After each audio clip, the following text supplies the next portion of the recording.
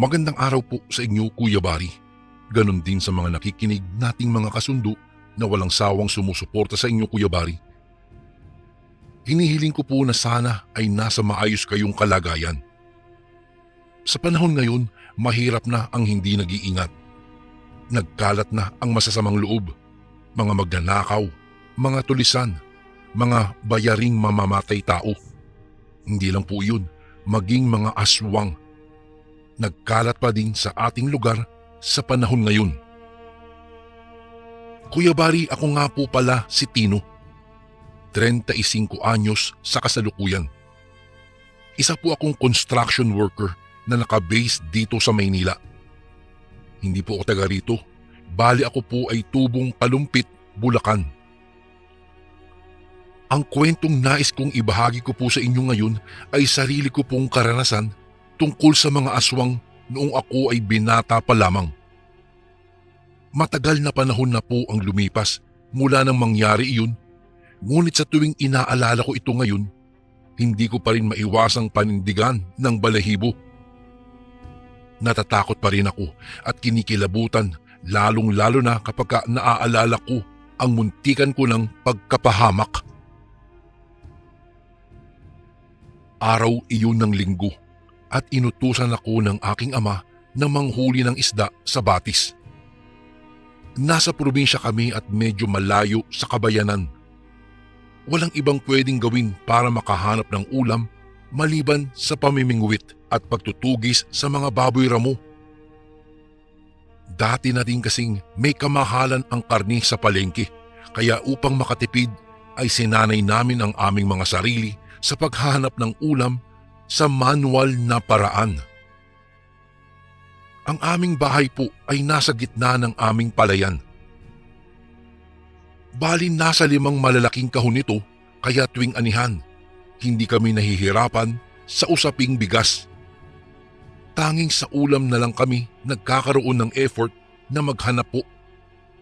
Kagaya ngayon, inihahanda ko na naman ang aking sarili sa pag-alis. Daladala ko ang pamingwit ng isda na gagamitin ko mamaya pagdating sa batis. Umaga pa naman. Mamayang tanghali ay babalik ako sa kagubatan pagkatapos mag-almusal para maghanap naman ng ibang mahuhuli. Bala kong mangaso na naman sa kagubatan para mamayang gabi ay may uulamin kami. Masarap naman po ang karne ng baboy ramo. Medyo kinulang nga lang siya sa taba, tapos itim na itim pa ang balhibo. Ang tanging nakakatakot lang po sa hitsura nito ay ang pangil na nakalabas sa bibig, kaya nagmumukhang manunungay sa malayo. Suot ang damit na may mahabang manggas, sombrerong yari sa salakot at bota. Tinahak ko ang madamong bahagi na iyon sa kagubatan. Maliwanag at tirik ang araw, kaya hindi ko maiwasang masilaw habang tinatahak ang paroroonan. Habang naglalakad ako, may natanaw akong babae sa di kalayuan. Pilit ko siyang tinitigan. Mukhang nagmamadali ang babae dahil dire-diretso ang kanyang paglalakad. Dahil dito, nagkabungguan kami nito. Medyo mabilis din ang paglalakad ko at huli na para umiwas, kaya naman tuluyan na kaming nagkabanggaan. Ngunit sa kasamaang palad ay nadapa siya, marahil sa lakas ng pagkakabanggaan namin. Natatarantang dinaluhan ko ang nasaktang binibini. Tinulungan ko siyang makatayo, kaya natunghayan ko ang kanyang napakagandang mukha. Tila ako'y nahipnotismo nang matitigan ko ang kulay abuhin niyang mga mata. Hindi ko maiwasang mapalunok, lalong-lalo na nang masuyod ko din ang kanyang matangos na ilong na bumagay sa korting puso niyang mukha. Pababa sa mapipintog niyang mga labi na animoy nag-aanyaya. Pinanuyuan ako ng lalamunan. Matagal na ako sa aming bayan, ngunit ni minsan hindi ko pa naranasang makakita ng napakagandang binibining nasa aking harapan ngayon. Wala sa sariling tinanong ko siya kung siya ba ay isang diwata. Ngunit nang laki lang ang kanyang mga mata at pinilit na makawala mula sa pagkakahawa ko. Hindi niya napansin ang nakausling bato sa daraanan kaya naging mabuhay ang kanyang pagtayo dahilan para masalukod din siya kaagad. Ang nangyari, tuluyan ko siyang nahapit palapit sa akin. Mas lalo akong nahipnotismo sa taglay niyang kagandahan. Ni ang pagbagsak sa katahimikan sa pagitan naming dalawa ay tila ba isang makasalanang gawain, lalo na at alam kong mapuputol ang hindi nakikitang mahika na nagpapanatili sa pagkakalapit namin ng dalaga. Nang tanungin ko ang kanyang pangalan, ay nagpumiglas na siya. Humingi ng paumanhin sa akin at nagmadali siya sa pagtakbo palayo. Kitang-kita ko pa nga ang pagsayaw ng kanyang mahaba at makintab na kulay itim na buhok habang tumatakbo ito papalayo. Napakamutan lang ako sa aking ulo.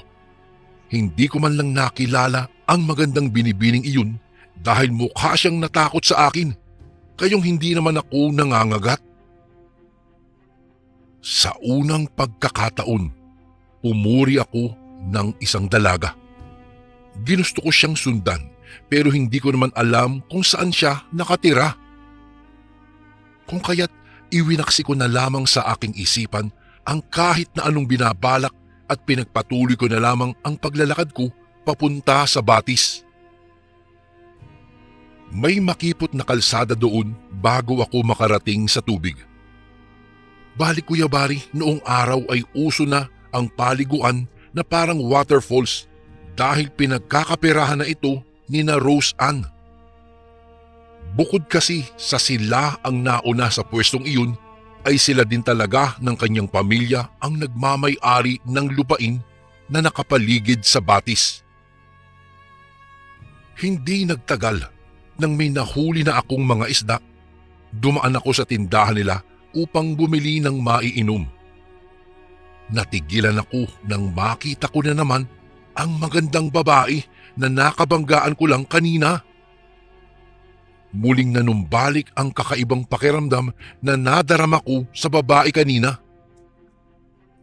Sinubukan ko siyang habulin, ngunit tila siya'y natakot nang makita ako. Nagmamadali siyang tumakbo papunta na naman sa kakahuyan at hindi na nagtangkang bumalik ulit. Pareho kaming nakatitig ni Rose Ann sa babaeng iyon, kaya hindi ko natiis na tanungin siya kung sino nga ba ito. Anya, Maria daw ang pangalan ng nasabing babae. Nakikita niyang palakad-lakad ito sa kalsada pero hindi naman talaga nananakit. Naintriga tuloy ako kaya naitanong ko sa kanya kung bakit naman kailangan manakit. Kaya ayun, kwento niya, aswang daw ang pinagmulang lahi ng pamilya nitong si Maria. Iyong lolo at lola daw niya ang kinatatakutan ng mga tao noon sa aming baryo, kaya halos lahat ng mga residente sa amin ay iwas na iwas sa kanila. May nakakita na daw kasi sa dalawang matanda na magkasabay pa sa pang-aaswang sa kabilang baryo, kung saan isang malaking kalabaw daw ang una nilang naging biktima. Tapos nasundan pa daw iyon ng nasundan. Ang dating mga hayop nilang biktima ay mas lumala pa dahil hindi na sila makontento sa mga buhay ng nilalang na nais nilang lantakan. Naghahanap na sila ng mas malaki, mas malaman, mas malasa, katulad ng tao. Nanlaki pa ang mga butas ng ilong ni Rose Ann habang ikinikwento iyon, kaya hindi ko maiwasang makaramdam ng sanlaksang kabaong. Mangiyak-ngiyak sa katatawa na pinagsabihan niya akong kaunti na lang at maiihi na daw ako sa aking salawal dahil bakas nasa mukha ko ang labis na pamumutla. Medyo nainis ako sa kanyang sinabi at pinagtakpan ang paratang niyang natatakot ako sa aswang. Kahit kumakain sila ng tao, ay ibang usapan naman kapag si Maria ang kaharap ko. Nakasisiguro ako na hindi niya ako sasaktan, lalong-lalo na't bakas pa ang kanyang pagkatakot sa akin nang tanungin ko ang kanyang pangalan. Isinabit ko sa tindahan ni Rose Ann ang mga nabingwit kong isda. Sinabi ko sa kanya na kapag lagpas na 8:00 ay susunod si tatay, kaya kapag hinanap ako ay sabihin lang na pumunta ako sa bahay ni Maria. Nanlaki ang mga mata ni Rose Ann at tinangka akong pigilan, ngunit hindi ako nagpaawat, Kuya Bari. Hindi pa nakakalayo ang magandang binibini, kaya alam kong maaabutan ko pa siya sa daan. Tinalikuran ko na si Rose Ann kahit na halos magtatalon siya sa loob ng tindahan para tangkain lang akong pigilan. Alam kong natatakot siya sa pwede kong sapitin, pero tiwala naman ako sa aking sarili na hindi niya ako sasaktan. Ewan ko lang, ito siguro ang tinatawag na kutob. Inihanda ko ang aking sarili at nagsimula ng maglakad. Panaka-naka kong sinasapo ang tumutunog kong tiyan dahil hindi pa talaga ako nag-aalmusal, pero tila nakadikit na ang atensyon ko kay Maria. Palingon-lingon ako sa paligid dahil malayo na ako sa kalsada. At kahit matagal na ako sa lugar na ito ay hindi ko kabisado ang kagubatan. Doon lang naman kasi ako nangangaso malapit sa amin dahil alam namin ang pasikot-sikot sa kabuuan ng lugar na iyon. Sa kalalakad ko ay may namataan akong matandang lalaki na abala sa pangunguha ng panggatong. Magalang ko siyang binati at tinanong ko kung kilala ba niya si Maria at kung alam ba ng lalaki kung saan ito nakatira. Literal na nanlaki ang kanyang mga mata. Anya, hindi ko raw nanaisin na makarating pa sa bahay ni na Maria. Mapapahamak yak daw ako. Ngumiti ako sa matanda at sinabing hindi naman ako magtatagal. Gusto ko lang pong malaman kung saan siya nakatira. Napailing ang matanda at itinuro kung saan nakatira sila Maria. Ngunit mahigpit niyang ipinagbilin na wag daw akong lalapit sa paanan ng bundok dahil maaamoy ako kaagad ng pamilya ni Maria. Sinabi niya sa akin na pwede akong umakyat sa matayog na puno ng nara at doon ko tatanawin ang tahanan ng dalaga. Anya, mabait naman daw si Maria, ngunit mababagsik ang mga magulang nito. Marami nang nabiktima. Simula nang manahin din nila ang bertud ng pagmamay-ari ng lolo at lola ng dalaga.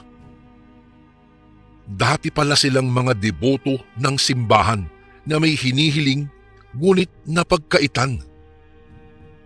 Marahil ay binigyan sila ng pagsubok ng Panginoon kung kakayanin ba nila, ngunit hindi iyon nangyari. Sa halip, kumapit sila sa kapangyarihang itim at hinayaang lukubin ng kasamaan ang kanilang buong pagkatao. Nang maging aswang nga sila, labis na silang kinatakutan sa aming baryo. Alam ng lahat kung saan nakatira ang mga aswang, ngunit walang sino man ang nagtatangkang pumunta doon, maliban na lang ngayon sa akin. Samantalang ang pamilyang aswang naman ay hindi na gumagawi pa sa aming lugar dahil minsan na silang kinuyog ng mga tao at sinunog ang kanilang tahanan. Natatakot sila na patayin, kaya iniiwasan nilang magpunta sa aming nayon maliban na lang kay Maria na nauutusan daw nilang bumili ng kung ano-ano. Hindi naman daw kasi ganap na aswang si Maria dahil wala pa siyang bertud na namamana, kaya naman ligtas daw ako sa kanya. Wag lang akong lalapit sa kanyang mga magulang at baka makita ko kaagad ang aking hinahanap. Sa tagal ng kalalakad ko, natuntun ko din sa wakas ang bahay ni na Maria. Tanaw ko na ito sa malayo pa lamang. Nasa ibaba pala ito ng paanan ng bundok, kaya madali kong nahanap. Hindi ko alam kung sa paanong paraan ko makikita si Maria. Nananabik na akong makita siya. Naisip kong akyatin ang sinasabing matayog na punong nara ng matandang lalaki. Ngunit nanlumo ako nang makitang sobrang taas nga nito na kahit ang pinakaunang sanga ay kay hirap sampahin. Kapag kasapilitan akong umakyat doon, ay baka sa matarik na pangpang sa ibaba ako damputin. Kaya naman naisip kong sumugal. Patiyad akong bumaba sa patagilid na lupang aking kinaroroonan at nangakong sandali lang naman ako sisilip. Walang ingay na gumagapang ako sa lupa at natawa pa nang maisip ko na nagmumukha na akong magnanakaw sa ginagawa ko. Mula sa aking kinaroroonan, nakikita ko ang pintuan ni na Maria. May natatanaw akong isang matandang babae. Mukhang nagsasaing sa likod bahay. Napagtanto kong nasa labas pala ang kanilang lutuan. At mukhang may matandang lalaki din sa di kalayuan at nagsisibak ito ng mga kahoy. Hindi ako nakatiis. Sa di malamang dahilan, ako'y lumabas po sa aking pinagtataguan at lumapit at ako po'y tao po. Sabay na lumingon ang mag-asawa at nagkatinginan nang makita nila ako. Hindi ko alam kung ano ang aking sasabihin. Napipi ako bigla. Kaya naman tumikhim ako at patay mali siyang tinanong kung nariyan ba si Maria at maaari ko ba siyang madalaw. Kay talim ng naging pagtitig sa akin ng matandang babae. Ang kanyang asawa naman ay iba ang naging reaksyon. Mukhang natutuwa pa siya nang makita niya ako. Sa malumanay na boses, sinabi niya sa akin na nasa loob ang kanilang anak. Kuya Barry, nabuhayan ang aking loob. Purong kasabikan lang ang aking nadarama ng mga sandaling yun.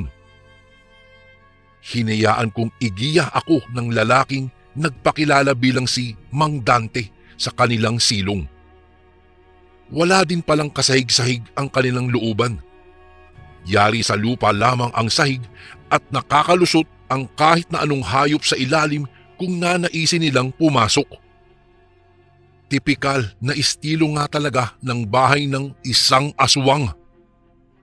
Napansin kong may butas ang kanilang bubong sa may kwarto.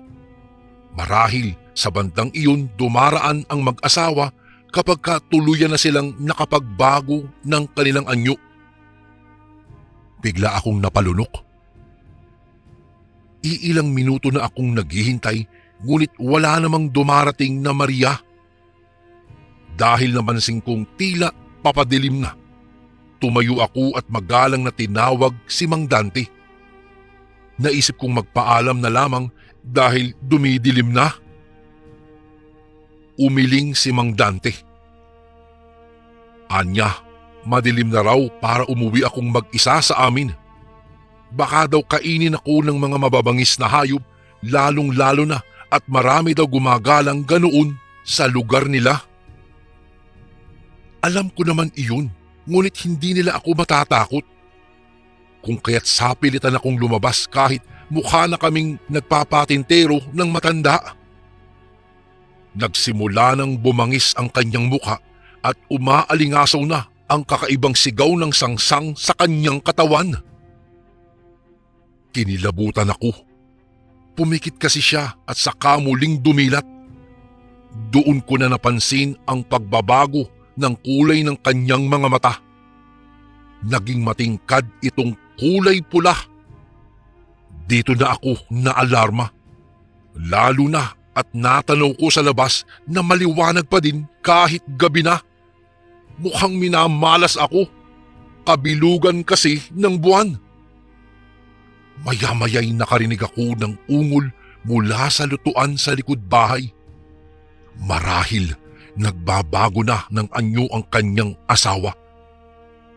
Kabadong naghanap ako ng paraan para makalusot hanggang sa maisip kong dumaan sa pagitan ng magkahiwalay na hita ni Mang Dante.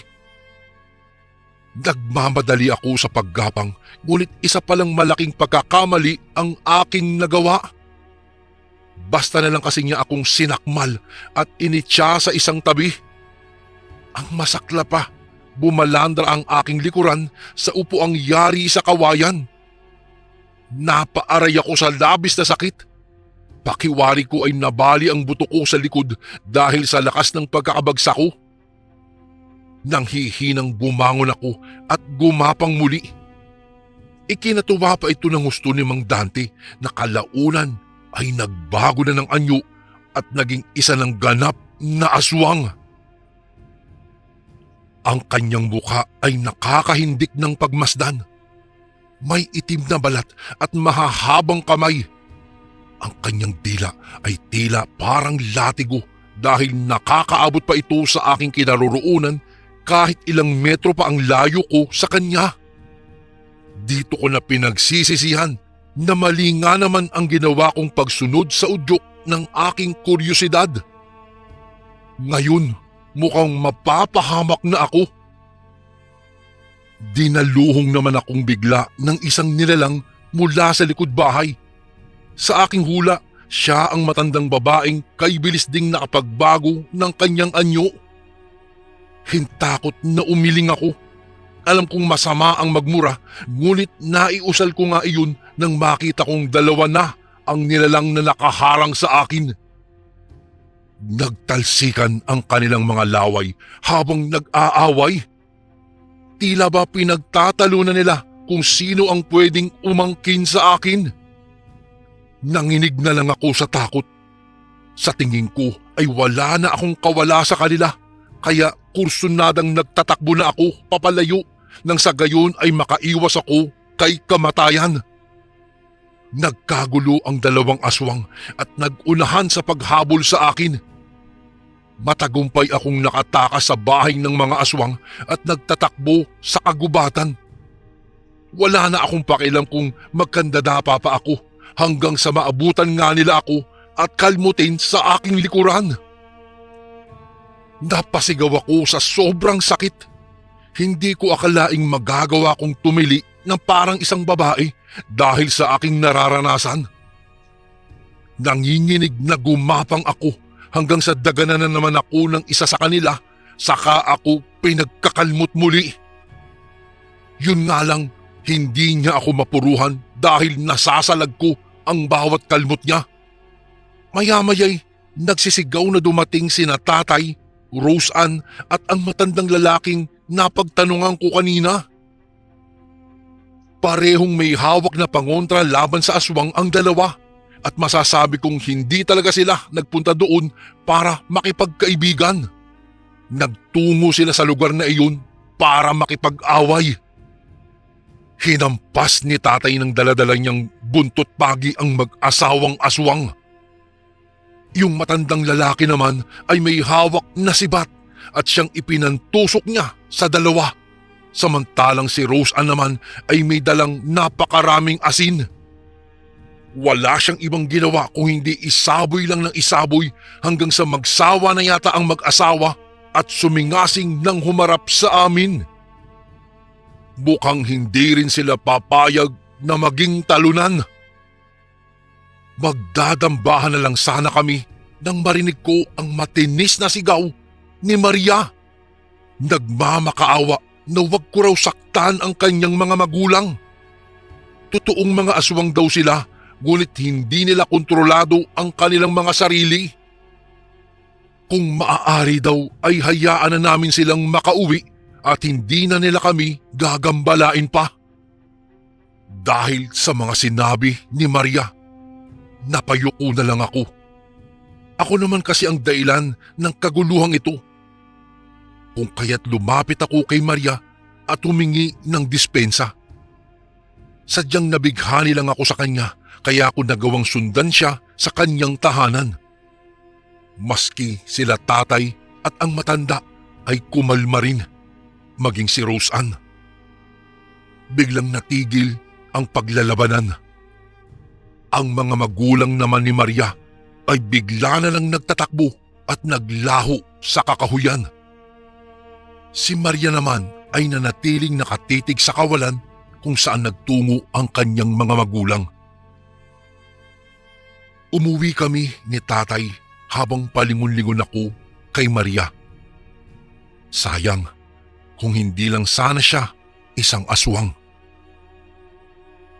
Para tuluyan ko siyang makalimutan, nagpasya akong magpunta na lamang sa Maynila, Kuya Bari. Namasukan ako bilang isang construction worker at magpas hanggang ngayon ay hindi pa rin umuuwi sa amin. Nais ko na siyang makalimutan kaya alam ko mangangailangan pa ako ng napakahabang panahon para magawa iyon. Isang pangyayari po sa aking buhay na minsang muntikan ng makitil ang aking buhay dahil lamang nabighani ako sa isang magandang binibini na hindi ko inaakalang isang aswang pala. Dito ko na po tatapusin ang aking kwento, Kuya Bari. Hanggang dito na lang po at sana po'y mabasa niyo rin po ito sa mga darating na araw. More power po sa Ang Sundo Horror Stories and God bless po sa lahat ng kasundong nakikinig ngayon. Lubos na gumagalang, Tino.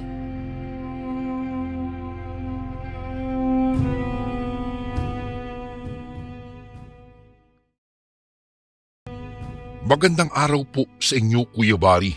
Ganoon din ang lahat ng mga kasundo na walang sawang nakikinig po sa inyong YouTube channel. Ako nga po pala si Dabing, 50 taong gulang at kasalukuyang nakatira ngayon dito sa Bohol. Ang kwento pong ibabahagi ko po ay patungkol sa isang kakaibang gamit ng mangkukulam na may hatid ng hiwaga. Noong panahon ng aking kabataan ay talaga namang laganap ang kwento patungkol sa mga aswang at mga mangkukulam. Marami ang mga bangkay na natatagpuan noon na gutay-gutay ang mga katawan. Karamihan sa mga bangkay ay may mga kalmot sa katawan at wala ng mga lamang loob. Kaya naman po dito sa aming lugar, Kuya Bari, madalang ang mga taong makikita sa labas, lalo na kapag kumagat na ang takip silim. Naging biktima rin ng aswang ang aking lolo na naging dahilan sa pagkasawi nito. Kaya siguro talamak nga ang mga nilalang ng demonyo ng kapanahunang iyon dahil may kakulangan pa tayo sa mga armas o sandata. Ang mga nilalapitan ng mga tao noon ay mga albularyo at mga taong antingero. Magpas hanggang ngayon po ay buhay na buhay pa rin ang mga aswang at mangkukulam sa isipan ng mga tao. Ang ilan sa mga mangkukulam ngayon ay talaga namang patago. Akala natin na hindi sila totoo, pero hanggang ngayon po talaga ay talamak pa rin ang mga taong nakakaranas ng kulam. Pansin natin sa kasalukuyan na marami pa rin ang nagsasabi na sila ay nakukulam o di kaya ay nababarang. Dito po sa aming lugar, noon ay may matandang babae na pinaghihinalaan nilang isang mangkukulam. Madalas pa nga nabatuhin ng mga ibang bata ang kanyang bahay. Siguro ay dahil sa pisikal niyang anyo at kakaibang estilo ng pananamit. Kuba kasi, Kuya Bari, ang matandang babaeng iyon. Bukod doon, palaging itim ang kulay ng kanyang malalaki at mahahabang kasuotan.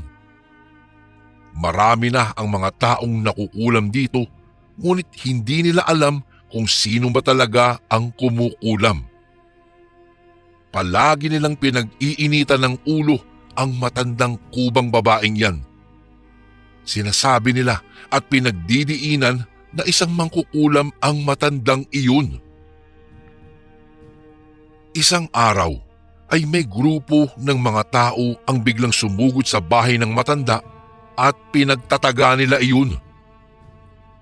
Napatay nila ang walang kalaban-laban na matanda at pagkatapos ay sinunog ng mga tao ang kanyang bahay, kasama na ang kanyang bangkay. Marami naman ang nakaramdam ng awa sapagkat napagkamalan lang palang mangkukulam ang matandang iyon. Ang buong katotohanan ay isang hamak na ordinaryong tao lamang daw ang matanda ayon sa pagsusuri ng iba. Noong mamatay po kasi ang matandang kuba, patuloy pa rin ang pagkakaroon ng mga taong nakukulam sa aming lugar. Ibig sabihin, may mangkukulam pa rin na nabubuhay sa aming lugar. Halos lahat ng matanda dito sa amin ay napagkakamala na lang na mangkukulam. Kaya naman po, ang naging tingin ko sa mga matatanda noon ay mga mangkukulam na rin. Nakagisnan ko na kasi ang ganoong paniwalain o ganoong kaugalian. Dumating din sa punto na hindi na ako naniniwala sa mga mangkukulam. Ngunit nagbago ang lahat ng mismong tropa ko na ang nakaranas ng kulam. Namatay ang tropa ko dahil naman sa barang. Ipinabarang daw siya dahil naman sa selos. Isang araw ay nangangalakal po ako. Kasama ang aking mga tropa ay tumutungo kami sa mga lumang bahay upang manguha ng mga yero at mga lumang gamit. Ang mga yero o mga bakal-bakal ay aming iniipon at ibinebenta. Sa oras na kumita na kami, ipinang-iinom naman namin iyon. Hanggang sa napadpad kami sa nasunog na bahay ng matandang kuba. Tuwang-tuwa kami sa dami ng mga yero, pako at bakal na nakita namin sa bahay na yun. Maya-maya lamang ay may naapakan akong kakaibang bagay. Pinagsisipa ko iyon at hinipan ang mga durug-durug na uling sa aking paanan. Noong kunin ko ang bagay na iyon, napansin kong isa palang tela. Ipinagpag ko ang uling at doon ko nakumpirmang kapa iyon o mas alam natin sa tawag na balabal. Kulay itim ang balabal na iyon, Kuya Bari, at malakas ang kutob ko na pagmamay-ari iyon ng matandang kuba na pinatay ng mga tao. Ang ipinagtataka ko lamang ay bakit hindi nasunog ang kapang iyon. Sa sobrang ganda at kakaibang disenyo ng balabal, patago ko po itong kinuha. Palihim kong isinilid sa sako ang bagay na iyon at hindi ko ipinaalam sa aking mga kasama. Nang araw na iyon ay kumita ako ng 15 pesos na halaga. Noong mga panahong yun, Kuya Bari, sapat na ang perang iyon upang makabili kami ng maraming pagkain. Nag-inuman kami ng mga kasamahan ko. Naging laman ng aming usap-usapan ang patungkol sa mga mangkukulam at aswang na gumagala-gala sa aming lugar. Hindi namin namamalayan na lumalalim na pala ang gabi. Natakot ako, Kuya Bari, dahil may kalayuan ang aming bahay. Saka halos araw-araw po kasing may namamatay sa aming lugar. Gayunpaman, pinili kong huwag mabahala sapagkat may 3 naman akong makakasabay pauwi. Kaso nga lang ay malalayo ang agwat ng mga bahay namin. Nang matapos ang inuman ay nagsipag-uwian na po kami. 4 po kaming natira na magkakasamang umuwi. Ang iingay nga ng mga kasama ko habang nilalakbay namin ang kahabaan ng kalsada. Kung ano-ano na lang po ang aming napag-uusapan hanggang sa humantong sa katatakutan. Nagsitakbuhan po kami na para bang mga isip bata na takot na takot hanggang sa narating na namin ang bahay ng isa naming kasama. Nang mga sumunod na pangyayari ay 3 na lamang po kami na naglalakad. Habang naglalakad, napansin namin na may kumakaluskos sa aming paligid. May sumisitsit din mula sa bahaging may nakatayong isang malaking puno ng balete. Nagsitakbuhan ulit kami hanggang sa narating namin ang bahay naman ng isa pa naming kasama. Dalawa na lang kaming naiwan. Hindi nagtagal ay narating namin ang kanilang bahay. Ngayon, mag-isa na lamang po ako at ako'y nagpatuloy sa aking paglalakad. Kung ano-ano ang pumapasok sa aking isipan kahit medyo lasing ako. Kinikilabutan ako dahil sa sobrang lamig ng simoy pa ng hangin. Nakarinig pa po ako ng mga nakakatakot na huni sa paligid. Maya-maya'y may nakita rin po akong tao sa aking unahan. Nakayuko ito at walang kibo. Nagdalawang isip po ako tumuloy dahil baka kung anong gawin sa akin ng lalaking iyon. Kinusot-kusot ko na lamang ang aking mga mata upang alamin kung totoo nga ba ang aking nakikita. Ngunit nang muli kong imulat ang dalawa kong mga mata, wala na ang lalaki sa aking unahan. Napabuntong hininga na lamang po ako dahil tila pinaglalaroan na naman ako ng aking guni-guni. Hindi ko maihakbang ng maayos ang aking mga paa. Hindi ko po maipaliwanag ang nararamdaman ko ng mga sandaling iyon. Parang naiihi po ako na nadudumi. At upang kumalma, naisipan ko na lamang po ay umihi muna sa tabi. Ngunit sa kalagitnaan ng aking pag-ihi, nakarinig po ako ng malalakas na pagaspas ng pakpak. Biglang bumilis ang pagkabog ng aking dibdib dahil sa aking naulinigan. Agad kong tinodo na ang aking pag-ihi at tumingala ako sa kalangitan. Doon ay nakita ko ang isang malaking paniki na nasa kalayuan. Habang tumatagal ay pahina ng pahina ang pagaspas ng mga pakpak nun. Kasabay ng paghina ng pagaspas ay ang paunti-unting paglapit naman ng nilalang patungo sa aking direksyon. Mabilis akong nagtatakbo, ngunit batid kong hindi agad ako makakauwi dahil may kalayuan pa rin ang aming bahay. Pinaspasan ko ang aking pagtakbo. Binuhos ko ang lahat ng lakas ko para lamang matakasan ang nilalang na iyon. Sa hindi inaasahang tagpo, natisod ako ng isang nakausling tuod. Bigla akong bumulagta sa daan. Nang lumingon po ako sa aking likuran, nakita kong malapit na akong abutan ng aswang. Tinangka kong tumayo at lumakad, ngunit hindi ko magawa. Parang na-dislocate po kasi ang buto sa aking tuhod. Upang makatakas ay gumapang ako patungo sa damuhan. Kinuha ko ang balabal na itinago ko sa aking baywang at itinalakbong ko iyon upang hindi ako makita. Dasal lang ako ng dasal habang ako'y nasa loob ng balabal. Sa kabutihang palad naman, hindi nga ako nakita ng aswang. Nakita ko kung papaano lumapag sa lupa ang aswang na iyon at nag-anyo bilang isang matandang lalaki. Sinubukan ko namang ibalik sa tamang lokasyon ang nasuklo kong buto sa paa. Napasigaw ako sa sobrang sakit. At dahil sa pagsigaw kong iyon, nakuha ko ang atensyon ng matandang lalaki.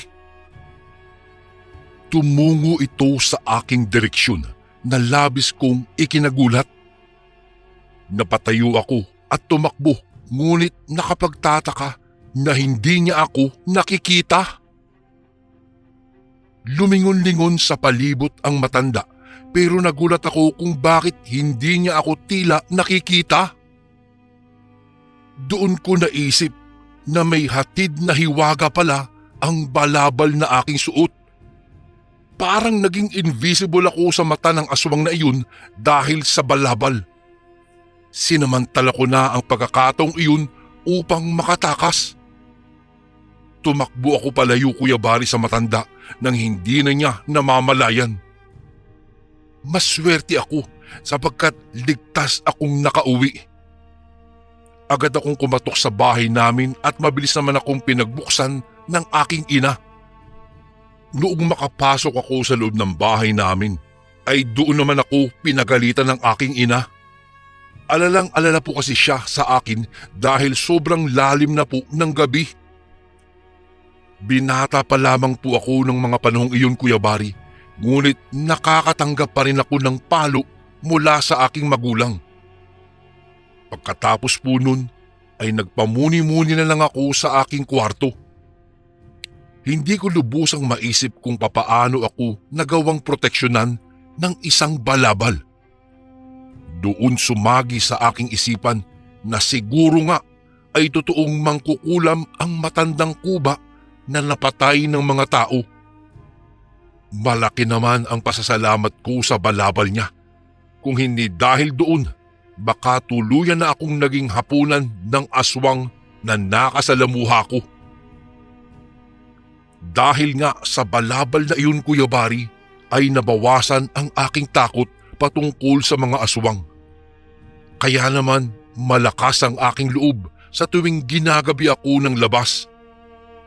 Ginagabi lang naman ako kung may mahalaga akong pinupuntahan, pero kailanman ay hindi ako nangahas na sadyang magpagabi sa labas upang subukan ang kapangyarihan ng balabal na iyon.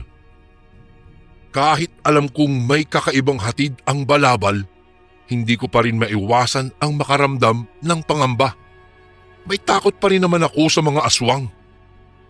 Kapag umaalis ako ng bahay, palagi ko nang bitbit ang balabal upang maging handa ako palagi sa lahat ng pwedeng mangyari. Nang mga sumunod na araw, muli na naman akong nakipag-inuman sa aking barkada. Habang nag-uusap nga kami, ay nagkayabangan kami ng isa naming kainuman. Medyo nagkainitan kami nito.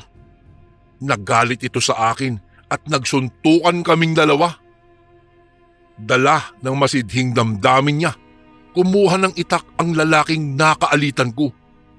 Tinambangan po ako nito ng magkakasunod na taga sa iba't ibang parte ng aking katawan.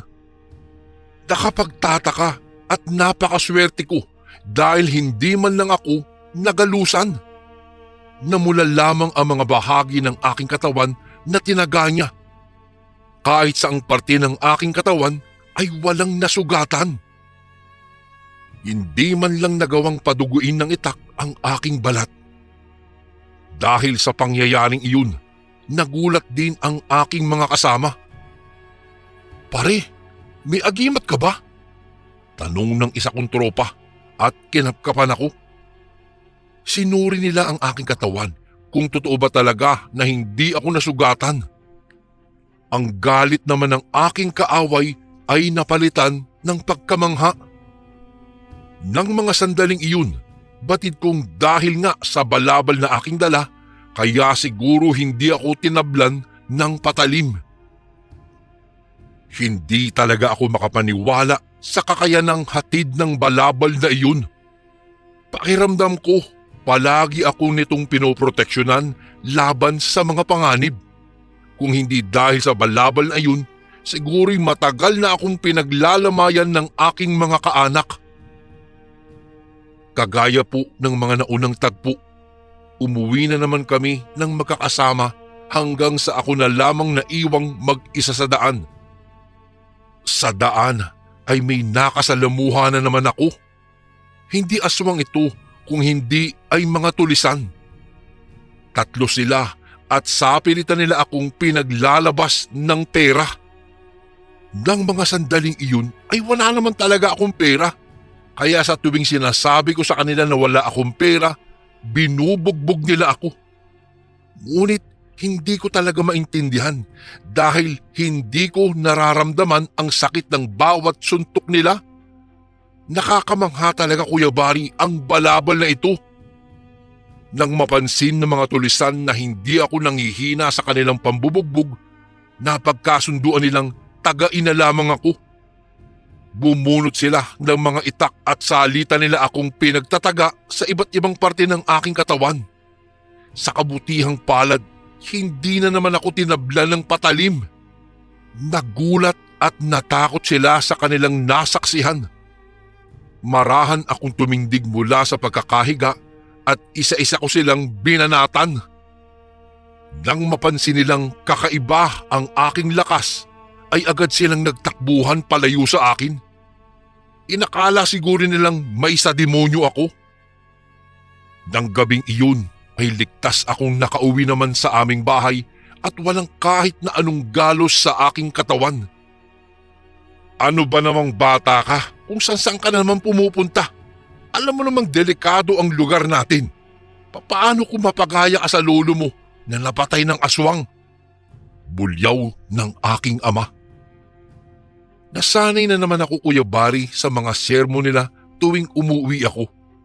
Isinawalang bahala ko na lamang iyon at hinayaan na lumipas ang gabi. Kinaumagahan ay agad akong ginising ng aking nanay at tatay. Marami raw kasing tao na naghahanap sa akin sa labas.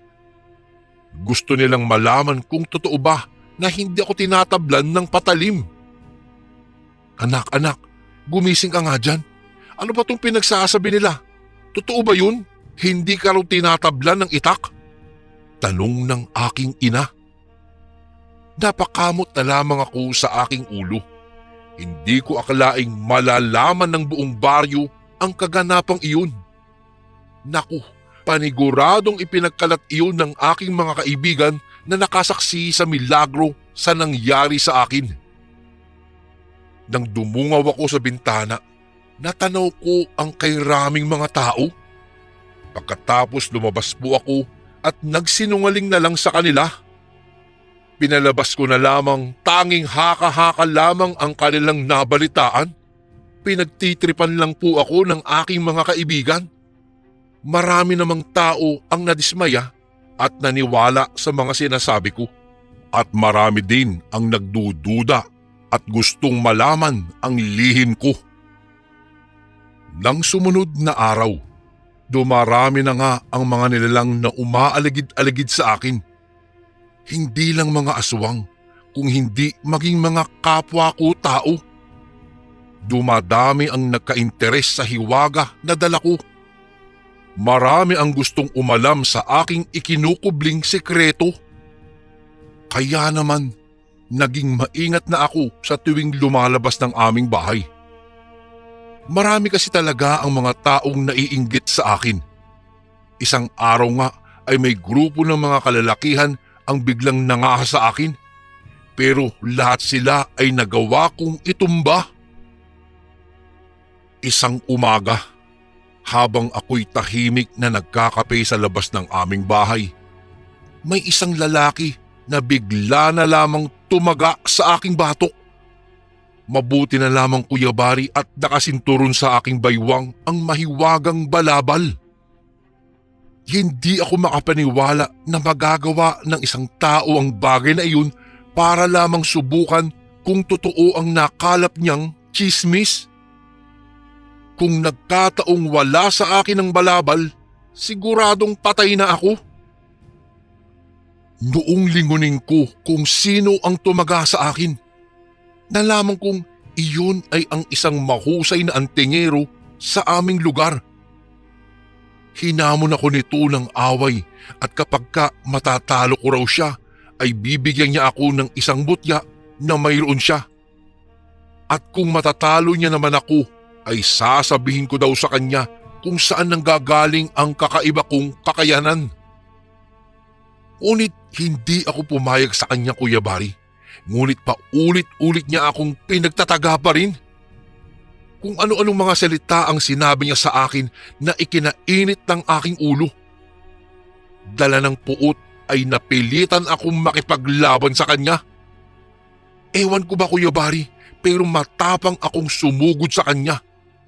Ilang beses ko siyang pinagsusuntok ng ubod lakas pero hindi man lang siya tinatablan.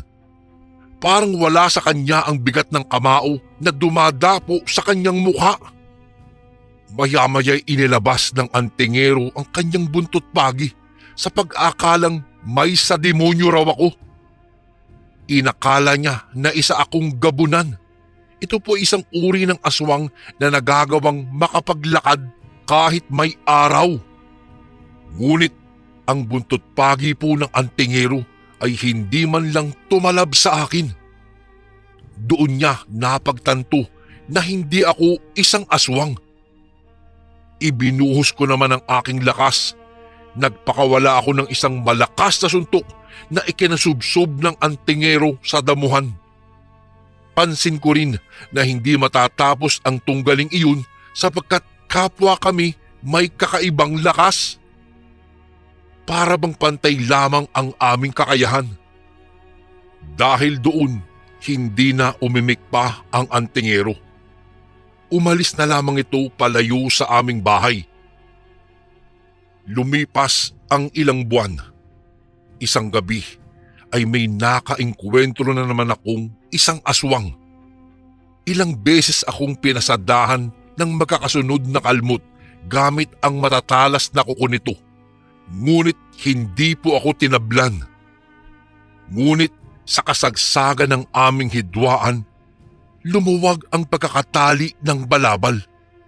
Natanggal po iyon na naging dahilan upang tablan ako ng kanyang pagkalmot. Sumirit ang aking dugo na ikinaangil naman ng aswang. Sinunggaban ako nito kaya pumailalim ako sa aswang. Pilit kong inaabot ang balabal, subalit hindi ko kayang abutin. Maya-maya'y nakaramdam na ako ng panghihina sapagkat bumalik sa pagiging normal ang aking kakayanan. Akma na sanang wawak-wakin ng aswang ang aking dibdib, Kuya Bari, nang biglang dumating ang antingero. Nilatig ko nito ilang beses ang aswang na ikinahina nito hanggang sa ito ay tuluyang bawian ng buhay. Mabuti na lang daw at nangangahoy ang antingero kung saan ko nakaengkwentro ang nilalang. Aha, dahil pala sa balabal ng mangkukulam, kaya ka may kakaibang puwersa. Usal ng antingero at tinulungan ako nitong tumayo. Ibinigay niya sa akin pabalik ang balabal at sinabing ingatan ko raw upang magsilbing proteksyon ko habang ako ay nabubuhay. Pagkatapos nun ay umalis na rin siya. Lumipas ang mahabang panahon. Ang balabal po ng mangkukulam ay nagsilbing proteksyon ko kahit saan man ako magpunta, Kuya Bari. Iba rin kasi ang pakiramdam ko kapag nasa aking katawan ang balabal na ito. Tila pag ito'y hindi ko suot ay parang normal lang ang aking pakiramdam. Ngunit kapag ito ay nakadikit na sa aking balat, ay parang mayroong kakaibang enerhiya ang idinudulot nito para sa akin. Minsan nga sa gabi ay tinitingnan kong mabuti kung saan gawa ito at kung bakit may angking kapangyarihan ito kapag ito'y nakapulupot na sa akin. Ngunit ngayong nasa modernong panahon na ng mundo, Kuya Bari, nakapagtataka na wala na ang bisa ng balabal na ito. Dahil minsang nagtatabas ako ng mga kahoy ng aksidente kong tamaan ang aking sariling kamay. Nagulat ako dahil agad na bumulwak ang dugo galing doon. Doon ko na naramdaman na tila parang nanghina din ako. Naramdaman ko na normal na ako. Hindi na katulad dati na parang meron akong kapangyarihan. Kung kaya't doon ko na napagpasyahang sumangguni sa mga albularyo. Ayon sa mga albularyo na aking nalapitan, yung tanging mangkukulam lamang daw na may-ari ng balabal na iyon ang makakagawang ibalik ang kapangyarihan ng balabal niya. Ngunit dahil patay na po ang mangkukulam, hindi ko na nagawang ibalik pa ang bisa ng balabal. Wala na kasi akong alam patungkol sa lihim ng karunungan na inilipat doon. Marami ang mga taong gustong matutunan ang ritual upang bigyan ng kakaibang kapangyarihan ang mga balabal nila. Ngunit lahat ng nangahas ay hindi nagtagumpay. Dala na rin ng kakapusan patungkol sa lihim ng karunungan. Ngunit wala mang bisa na ang balabal na ito ay nanatili pa rin po sa akin magpasa hanggang ngayon. Itinuturing ko pa rin itong isang instrumento upang ako'y protektahan. Wala man siyang bisa o mayroon, ito'y nanatili pa rin sa aking katawan. Kuya Barry, dito ko na po tatapusin ang aking kwento. Sana po'y mabasa niyo rin po ito sa mga darating na araw. More power po sa Ang Sundo Horror Stories, and God bless po sa lahat ng nakikinig na kasundo ngayon. Lubos na gumagalang, Dabing. At ito naman po ang ating pangalawang kwento para sa araw na ito.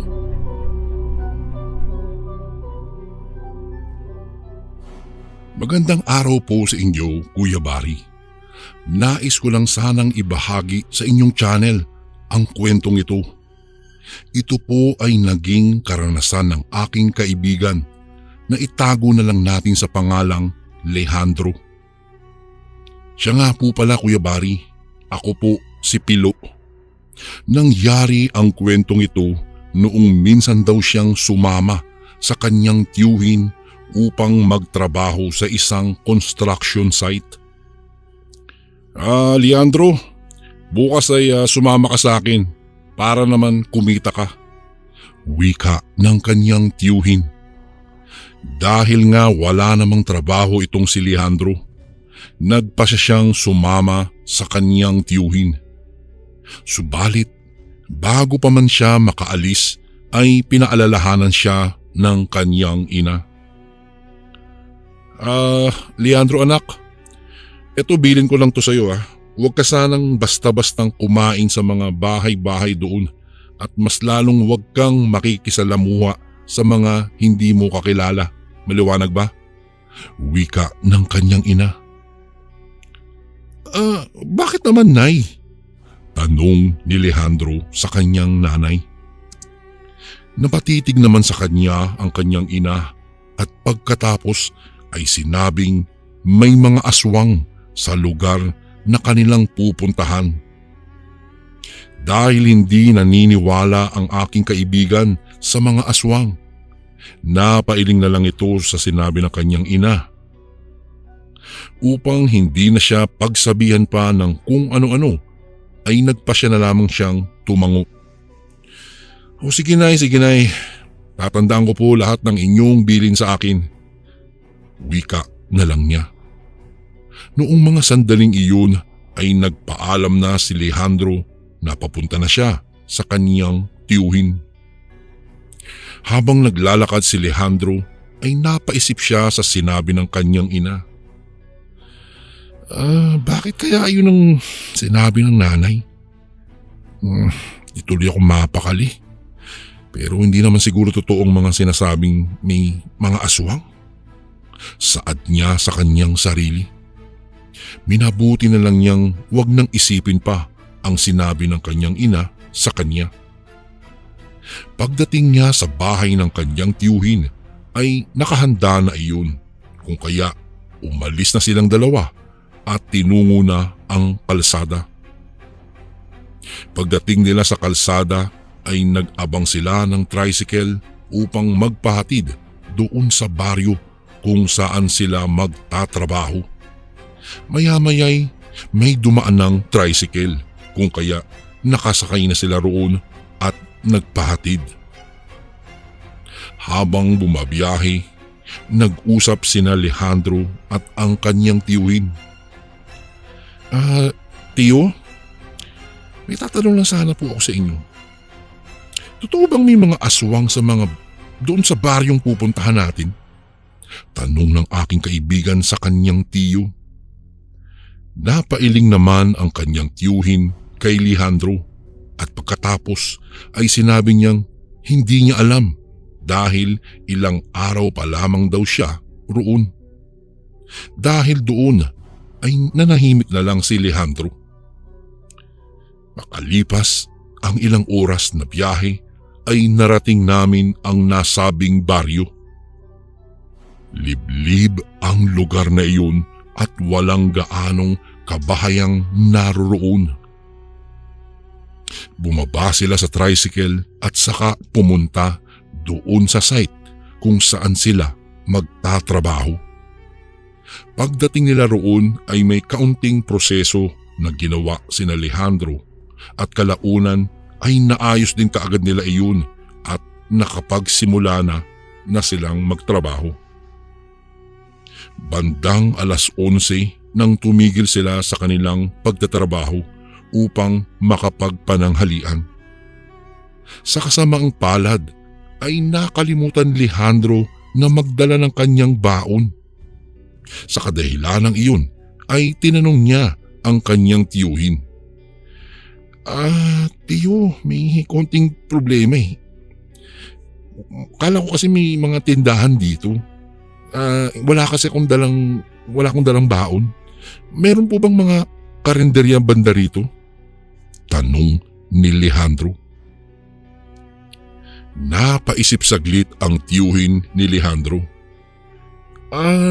Tingin ko banda roon. Mukhang may kainan sa banda doon. Subukan mo na lang. Kung gusto mo sasamahan kita. Wika ng tiyuhin ng aking kaibigan. Dahil nakaramdam ng hiya si Alejandro, sinabi niyang siya na lamang ang pupunta upang magtanong. Noong panahong iyon ay nagpaalam na si Alejandro na aalis muna upang maghanap ng karinderya. Napatango na lang ang tiyuhin niya sa kanya. Noong nagsisimula ng maglakad si Alejandro, nakaramdam siya ng takot. Pakiramdam daw niya kasi ay may mga matang nakamasid sa kanya. Nagpalinga-linga siya, subalit wala naman siyang nakikitang tao o kahit kabahayan. Naku, saan kaya yung karinderya rito?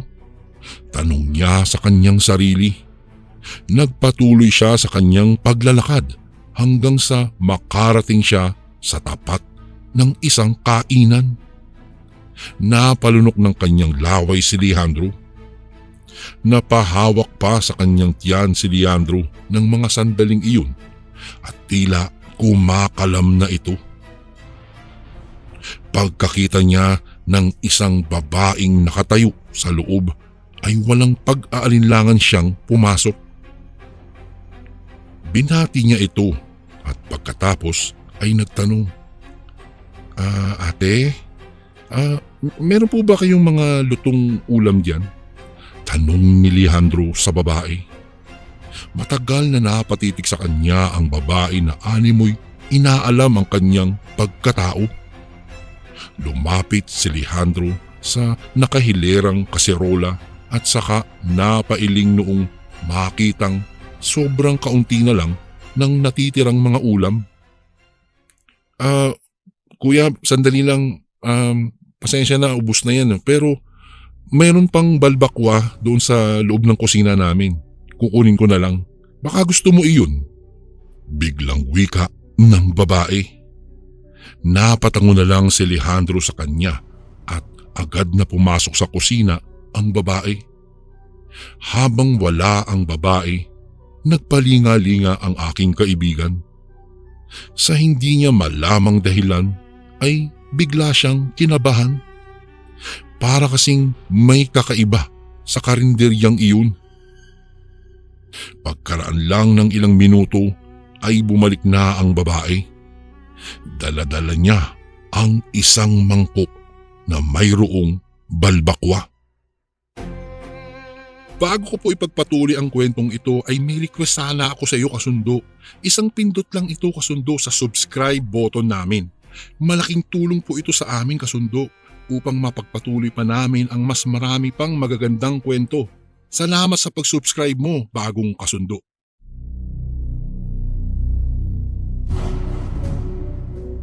Unang titig pa lang ni Alejandro roon ay hindi niya mapigilan ang kanyang sarili na maglaway. Kuya, ito na yung balbakwa. Bigay ko na lang ito sa iyo, pero ang kanin, bibilhin mo ah. Patawa-tawang wika ng babae sa kanya. Napangiti lang si Alejandro at pagkatapos ay sinabing dadamihan daw niya ang bili ng kanin para hindi malugi ang kanyang kainan. At hindi nga nagtagal, bumili nga siya ng 5 kanin dahil nasarapan siya sa amoy pa lang ng balbakwa. Iyon nga po, Kuya Bari, umupo na si Alejandro upang simulan ang kanyang pananghalian. Bago siya nagsimula ay inamoy pa niya ang balbakwa. Lalo siyang ginanahan dahil sa amoy noon. Noong mga panahong ding iyon ay sinimula na niya ang kanyang masarap na pagkain. Wow, tsamba to! Ang sarap talaga nitong balbakwa! Wika ni Alejandro habang ninanamnamang ulam na bigay sa kanya ng babae. Habang kumakain siya ay napalingon siya sa babae. Saglit siyang natigilan nang makita niyang mabalasik na nakatitig ang nasabing babae sa kanya. Nagpatay mali siya na lang si Alejandro at ipinagpatuloy niya ang kanyang pagkain. Habang ngumunguya si Alejandro ay may malutong na karni siyang nanguya. Sa hindi niya malamang dahilan ay nakaramdam siya ng lamig. Dahil doon ay bigla niyang iniluwa ang kung anumang nginunguya niya. Agad niya iyong tiningnan at halos manindig ang mga balahibo niya sa buong katawan. Ang karning kanyang nginunguya ay tila tenga ng tao. Lalo siyang kinilabutan noong matanto niyang hindi iyon karne ng kung anumang hayop. Kung hindi, ay karne ng tao. Ano ito? Gimbal na tanong ng aking kaibigan sa kanyang sarili. Noong mga panahong iyon ay hinalukay niya ang balbakwa at nakita niya ang isa pang tenga ng tao na mayroon pang hikaw. Lalo pang kinilabutan si Alejandro ng mga sandaling iyon. Napalingon siya sa babae at nakita niyang parang nag-iba ang aura nito. Mas lalong naging mas mabalasik pa rin ang kanyang mga mata at parang hindi na niya mapigilan ang paglalaway. Dali-daling tumayo ang aking kaibigan. Binalak niyang umalis kaagad sa nasabing karinderya. Pagkatayo niya ay napalingon sa kanya ang babae nagbabantay ng karinderya.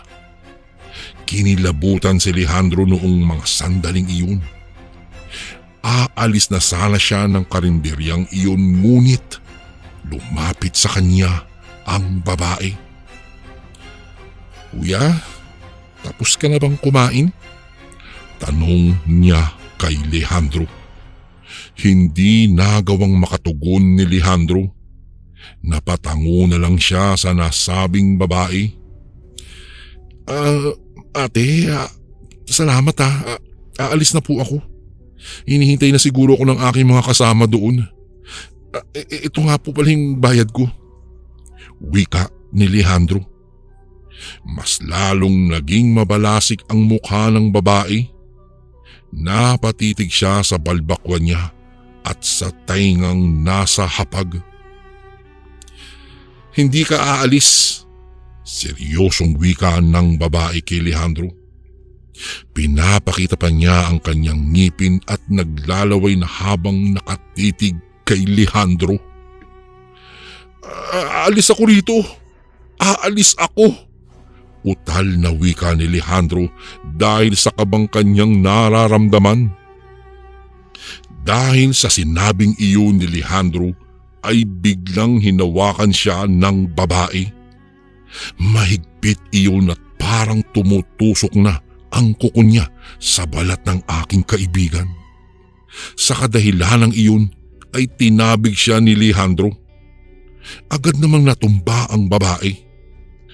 Doon na nagkaroon ng pagkakataon ang aking kaibigan na tumakbo palabas sa nasabing karinderya.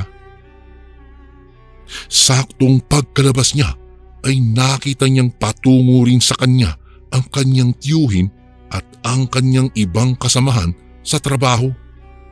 "Saan ka nang galing? Diyan? Diyan ka galing?" Tila takot na wika ng isa nilang kasama. Dahil hinihingal si Alejandro ay napatango na lang siya. Nakita niya ang gimbal sa mukha ng kanyang mga kasamahan. Naku pre, sana doon ka na lang sa unahan kumain at hindi dyan sa karinderyang iyan. Aswang ang may-ari niyan at kung ano-anong putahing niluluto mula sa karne ng tao ang binebenta nila dyan. Sa winikang iyon ng kasama niya ay nakaramdam siya ng matinding kilabot. Pinakain nila ako ng balbakwa at tenga ng tao ang aking ninunguya kanina. Sa winikang iyon ng aking kaibigan ay nagulantang ang mga kasamahan niya. Naku, halika, puntahan natin ang babaeng nagbabantay sa karinderya, wika ng tiyuhin ni Alejandro. Noong mga sandaling iyon ay dali-dali silang bumalik sa loob ng karinderya. Sumama rin si Alejandro kahit na parang masusuka siya. Pagkapasok nila sa karinderya ay napasigaw sila, ngunit wala ng tao doon. Hinalughog pa nila ang buong paligid, ngunit wala na ang babae. Ang tanging naroroon ay ang mangkok na may lamang balbakwa at may mga karne ng tao na naroroon. Dahil doon, dali-dali silang bumalik sa construction site doon sa pinagtatrabahuhan nila. May isa kasi silang kasama na marunong manggamot. Pagdating nila roon ay pinakiusapan nilang tignan si Alejandro. Sa kabutihang palad ay hindi naman daw ito nahawaan. Pinainom na lang daw siya ng manggagamot ng tubig na may orasyon at agad niyang naisuka ang kanyang kinaing balbakwa. Magmula noon, nagpasya na lang ang aking kaibigan na magdala na lang ng baon upang hindi na maulit muli ang naging karanasan niyang iyon doon sa karinderya ng aswang. Hanggang dito na lang po ang aking kwento, Kuya Bari. Salamat po ng marami. Gumagalang, Pilo. And again, maraming salamat po mga kasundo. Don't forget to subscribe and i-click nyo lang po yung bell na button para updated po kayo sa mga upcoming videos namin na paparating. Maraming salamat po ulit. God bless and ingat po lagi dyan. Ito po si Kuya Bari at ako ang Sundo.